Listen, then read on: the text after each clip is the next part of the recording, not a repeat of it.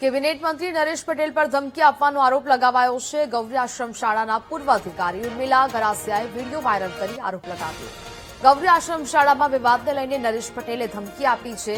વિવાદમાં સમાધાન ન થવા પર આશ્રમ શાળા બંધ કરવાની ધમકી આપી હોવાની વાત ઉર્મિલા ગરાસિયાએ કરી। પાણી જમવાની વ્યવસ્થા મહેકમની ઘટ અંગે માંગ કરતા મંત્રીએ ધમકી આપી હોવાના સવાલ કર્યા છે। ઉર્મિલા ગરાસિયાએ ન્યાય અપાવવા મુખ્યમંત્રીને રજૂઆત કરી છે।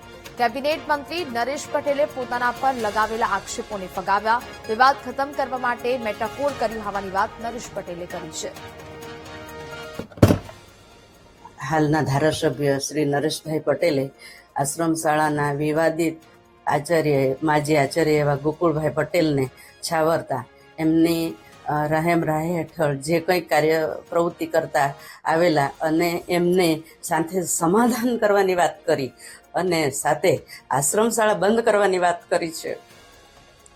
આ બાબતે અત્યાર સુધી અમને આ ગોકુળભાઈ પટેલ એમના હાલના આચાર્ય લતાબેન પટેલ એમના જે પત્ની થાય છે એમણે જુદા જુદા પ્રશ્નો ઊભા કરી અને આશ્રમ શાળામાં ખૂબ વિવાદ ઊભો કરેલો છે અને એ બાબતે હાલની તારીખમાં પણ અમે હેરાન પરેશાન થઈ ગયા છે।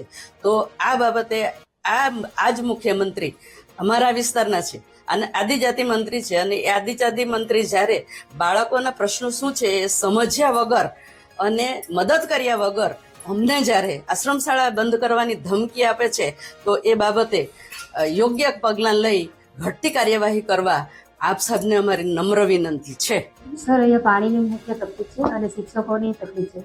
હું અને એક બીજા સ્ટાફ છે, લેડીઝ બેન છે, શિક્ષકો જ નથી અહીંયા। તો અમે બાળકોને 160 જેટલા બાળકો છે, અમે બાળકોને ભણાવીએ, એ લોકોનું બધું ધ્યાન આપીએ કે શિક્ષણ પર ધ્યાન આપીએ અને પ્રમુખ આ બાબતમાં બિલકુલ ધ્યાન આપતા નથી અને અમે રજૂઆત કરીએ તો ખોટી રીતે અમને હેરાન કરે, ખોટી નોટિસો આપે અને એમના બેન એ પણ અમને વારંવાર માનસિક એટલું બધું ત્રાસ આપે કે તમે ચોર છો, આવા છો, તેવા છો, આવી રીતે ઘણા બધા અમને હેરાન જ કર્યા કરે છે।